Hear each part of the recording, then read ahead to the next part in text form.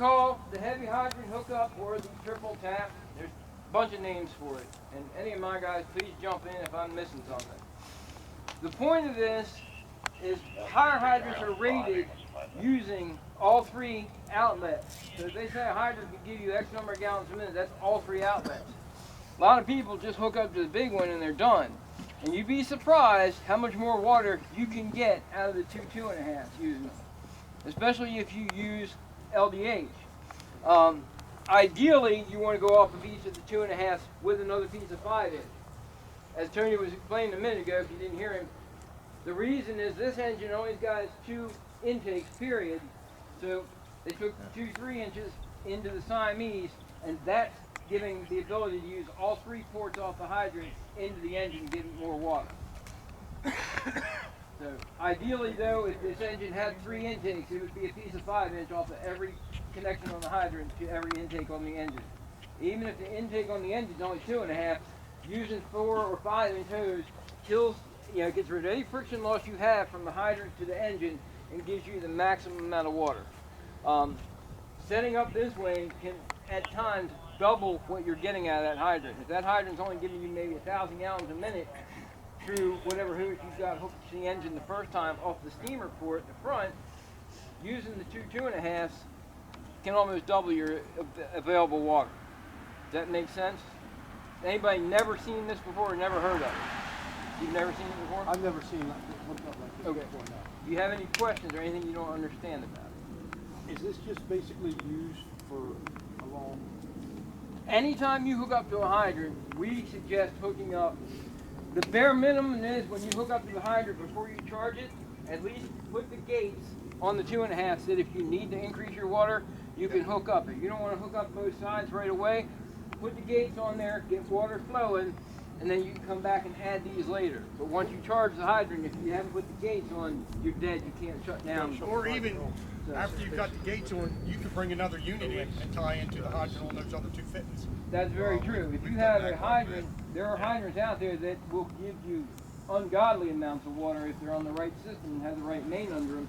So this 5-inch, they could be getting almost 2,000 gallons a minute just through the 5-inch to this engine. If they're getting that much water into the engine because the hydrant's so good, yeah, like Tony said, bring another engine in, set them here, put both of the lines off of the 2.5 into that engine. Now you're able to share all that water between 2 engines and 2 big pumps.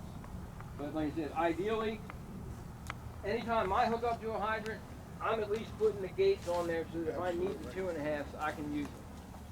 Yeah. Even use the other one to wash your tools up without having to break anything down. There's that too. I've done that before too. So, it gives you the ability to use use as much water as the hydrant will give you. Now sometimes, hydrants are not best everywhere, and sometimes, it might not give you a whole lot, but if nothing else, it reduces the friction loss of what's coming into your engine, so you're still getting some benefit out of it. Real quick, from a mathematical standpoint, if you take the most barrel sizes of the hydrant, typically it's stamped at 5 1/4. If you do the area of that, then you do the area of all your connections that come out to it, it's more than what a 2.5 and the 4.5 steamer is. So you still have water technically trapped or restricted in that hydrant. If you hook up all 3 taps like he was saying, at that point you're now theoretically pulling out more water than can fill the barrel. And again, a lot of that depends on how much pressure is in the system and what size main's under it. If you've only got a 6-inch main and it's a long distance or a dead end hydrant, you may not see a whole lot. But if you're on a 12 or a 24-inch main and you've got a system with 100 pounds, you're going to see a whole lot of difference. It all depends on the system. But it's a benefit to be ready to use it. So, like I said, anytime you set up at a hydrant, I would put the gates on the 2.5 ports before you charge it and be ready. So, 99% of the time for a normal house fire, you're probably not going to need the extra water. But that one time where you pull up on the apartment fire that starts out as a room and contents on the 2nd floor and all of a sudden, shit, now it's going up the outside and it's going across the roof, you've got the ability to add whatever water you need and you're not backtracking or screaming and hollering for help. So. And if you don't carry 2 of the single gates, you can always put a Y with the gate there that you can control it, and then you could have both of these to one gate doing the same, because even though it's a 2.5, that's short, you're gonna get a heck of a lot more water out of it. And when you do that, that also alleviates having to use this one, because you do have another 2.5 intake on this side of this truck. You could be running just a short piece. If you've got an adapter from 2.5 to 5, you could do it and put 5-inch short shot in there, and it might surprise you exactly how much water you would get. Even then, with both going out this direction and the one going through the truck, it might very well surprise you just how much water you're going to pull out of that hydrant, if it's a good hydrant. Now, if you got a 1,000 gallon per minute hydrant, it's not going to make a whole lot of difference. Absolutely. And the other thing that's very good to do is get out in your district and test your hydrants every so often. See what they can give you. You can do it as simple as putting a flow meter with a gauge on the 2.5 and see what kind of pressure you've got when the hydrant's open and coming out, and you read the gauge, and there's charts just like a friction loss chart. It tells you what that hydrant's giving you right then and there, and that way you at least have an idea of what your hydrants are. Do they follow NFPA marking the hydrants in this area? That's a green top hydrant, so theoretically it should be over 1,000 gallons a minute. I'm asking because I know a lot of places. Dollar not an FPA state, so it's. Okay. So, I can't tell you when else I need flush their hydrants around here, so. Gotcha. I don't know when it. a lot of places there is an NFPA system for marking hydrants. It is not required, and a lot of places don't do it. I know where I work in Baltimore, all the hydrants are orange from top to bottom. There's no color system. Frederick County, Carroll County all use the NFPA system, so as soon as you see the color of the top of the hydrant, you know that hydrant's rated. If it's red, it's under 500 gallons a minute. If it's orange, it's 500 to 1,000. Green is 1,000, 1,500, and if it's blue, it's over 1,500 gallons a minute. Yeah, the only one I really know for sure that's 100% on that is City Dover, so. Okay. They're the only ones that accurately. Again, it's good to get out and test your hydrants. You know, just pick a couple of hydrants in various areas and see what you can get out of them every so often. Having that information up front is extremely important. The other thing is, have a good relationship with your water company. Sometimes if you talk to them, they'll give you maps or give you access to the maps to show you what mains are under the various hydrants. That'll give you a lot of information off the top of your head too. You know, if you go into a community that it's all 6-inch mains, you know you're going to be limited on water. And if you get a big fire, you might have to go to a hydrant outside the community and lay in, which is the whole point of the relay. Any other questions on the hydrant setup? I got one. Yes, sir. We're set up to be able to do this on all of our pumpers, at least with one 3-inch line. Perfect. Tell me the advantage to doing these 2 3-inch lines instead of bringing them straight to the truck, putting them in a 4-inch, and then going to the truck. The advantage was using both of these into the 5-inch to give the maximum amount of water. I think when the guys set that up, they didn't realize you had the 2.5 on this side as the auxiliary intake. Knowing that now, I would take this 1 3-inch and go right into the engine with it. Okay.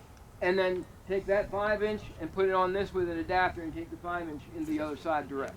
Okay, but what do we gain by that instead of just taking this 3-inch to the other 2.5 on the other side? Friction loss. By using the 5-inch, you have almost no friction loss going to the other side, where 3-inch, you're only going to get half the water to the other side. Yeah, you figure. Okay, but I'm just saying, with what you've got laying on the ground, if we just connected these 2 lines, we still got the same amount of friction loss except with the red line, correct? Right, and the reason we set up like this is because we adapted to what you already had on the ground. So when we looked at it, you already had the other 5-inch going to the other side to your steamer, so then we just started finding adapters to adapt to it over here. Okay. That's all. That's the only reason we did it like that instead of just going to your truck, because you already had LDH coming off that side, so we just adapted that to the LDH. Okay. Right. So yes, you're 100% right. You carry 2.5 to 5. Well, we've got that adapter, I believe, on the tanker. I don't think we've got it on the engine. Okay. And that's could the do other that. thing too is. Put it there, and you Yeah, would get it. but I'm just saying, it's really easy and takes a lot of off of the guy driving the truck in the middle of the night, knowing that he can just do this with a couple pieces of 3-inch. What is he going to save? He's going to get more water by using the 5-inch, because if you don't have the adapter, I mean, ideally you should have the 2.5 to 5-inch adapter. That way you can use 5-inch all the way around. And if you put 5-inch from here direct to that intake, you're gonna get 2 to 3 times the water from there to that other intake that 1 3-inch is gonna give you. And And you're The going, bigger- and to you're fill- going into both steamers, so you lose the friction in your pump. And we- So you're going to both steamers. So we've seen some trucks plumbed that said you have a 3-inch intake on both sides. They go to a T to 1 3-inch going into the pump casing. So you might have it going into both, but they're fighting each other because you only have 1 3. The way we've got it, you've got 2 eyes.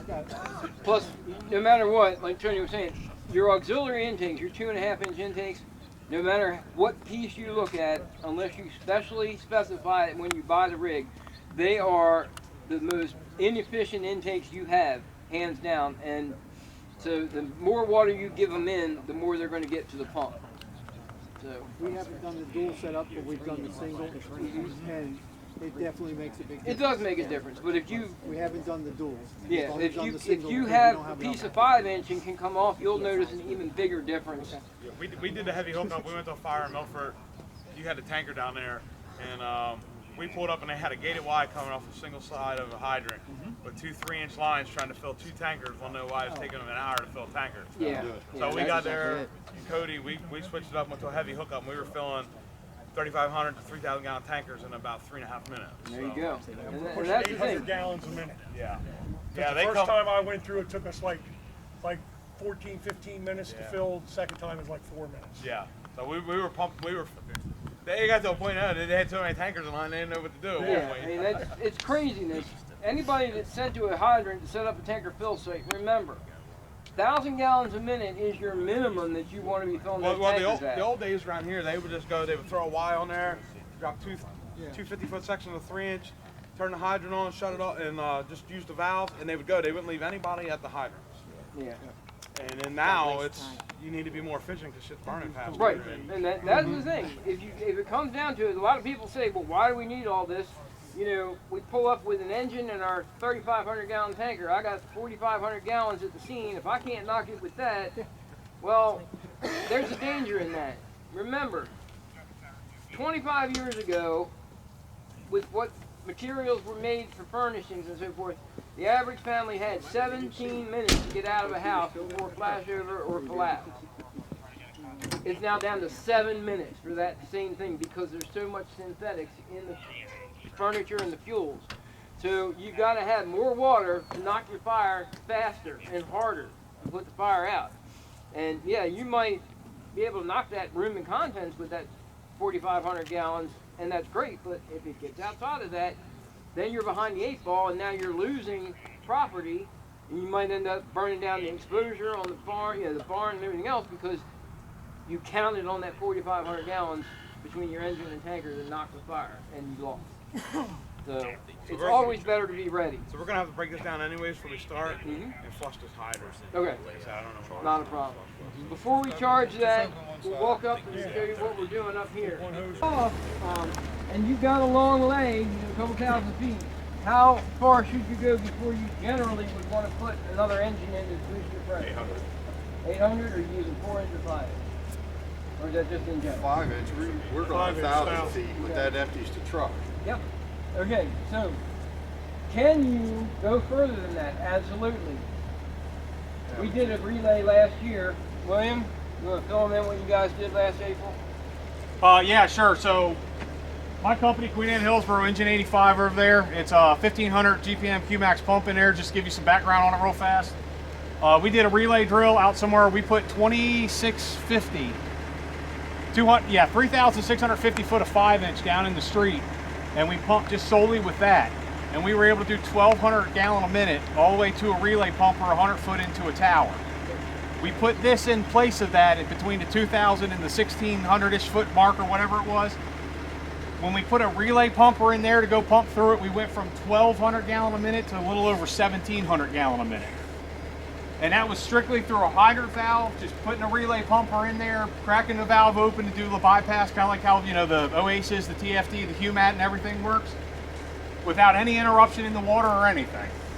Yep. So again, this new LDH, 4-inch or 5-inch, does a whole lot better than what most of the friction loss charts are telling you it'll do. Most of them will tell you at 1,000 foot you should be relaying. Like William said, 3,600 feet of 5-inch straight, and they were getting 1,200 gallon a minute initially. So what we're telling people now is very suggested. If you got to drop into a relay and you come to the end of whoever laid off, put your hydrant valve in line. Oh, my apologies. That was through draft, not a hydrant. Okay, Let me specify that. that's all right. So I was gonna ask, what was your water supply? By doing this, it provides uninterrupted water. You can charge it now, water will go straight down the street to the engine. If you're not getting enough, then you get another engine in here, and all they have to do is hook up and then throw the valve just like they're hooking up to a hydrant. The shack engine never loses water, but then that engine can now boost the volume and pressure. Does anybody not understand how to use that device? Imagine that the side coming from the hydrant is the hydrant. All you've done basically is move the hydrant to there. You gotta turn this knob to. Yes. Once If everything's you hook to the connected. side, you gotta turn that knob to this side, and it still allows this to flow and that to flow. I'll take it apart and show you. I can find the other damn locks. Yeah, Put locks on all this shit, man. You have it's right Yeah. okay, got it. You ought to be used to that. Didn't your wife lock everything up? I don't have one of those things, guys. I don't have to deal with that shit now. So if you look, when it's in the hydrant configuration, like if this was connected to a hydrant, it's straight through right now. Right. So you can see that it's straight through. On this side, I've got a clapper in here. Okay. So when you go to turn this valve, water still can work its way around it. And when you go to put this clappered valve down, it's kind of hard to see, but it seals that end of the ball shut. So the water, comes around, goes through, and then you can boost it and it comes out at an angle. So like I said, nominal friction loss through it this way. That's correct. And if anybody wants to come up and kind of look at it and play with it for a minute while it's sitting here, knock yourself out. But like I said, 1,200 through it, no problem. A relay pumper put up to it. We got 1,700 through it. It sounded like a lot of aquarium gravel going through due to the cavitation, but the point is it did it. So Not its design usage, if you will, but it actually works really well for that. and the whole point, this is something that most companies are carrying. You carry some type of hydrant valve, and you can do this with every hydrant valve out there, even if it's a UMAT or whatever, you can still do it. So if you get in a situation where somebody says, okay, get down the road and pick up wherever engine so-and-so left off with their relay, put your hydrant valve in. Okay? If you don't, it's still going to work, you're still going to get water, but if you don't get enough, then they're going to have to shut down for a minute, somebody to hook in the boots. But that's the whole point, is to not have to interrupt the water And supply. how many feet you saying to put that at?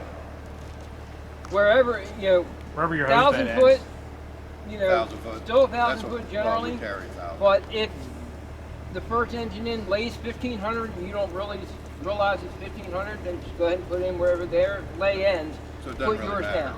Yep. Like the drill I was mentioned earlier, we carry 2,000 foot of 5-inch on 85, and our next due pumper typically is coming in with 1,550. So that was the whole point of the drill, is what can we do if we both met in the middle, laid out, and we're supplying a fire ground. So it was not ideally at the 1,000, it wasn't even at the 1,500 part for a relay. I'm telling you, you look at the math don't math anymore when you look at the flow charts compared to what this hose does. You have to train and play with it now. Like, you can't just math it anymore. Like, this stuff it does way better than what the sheets show you.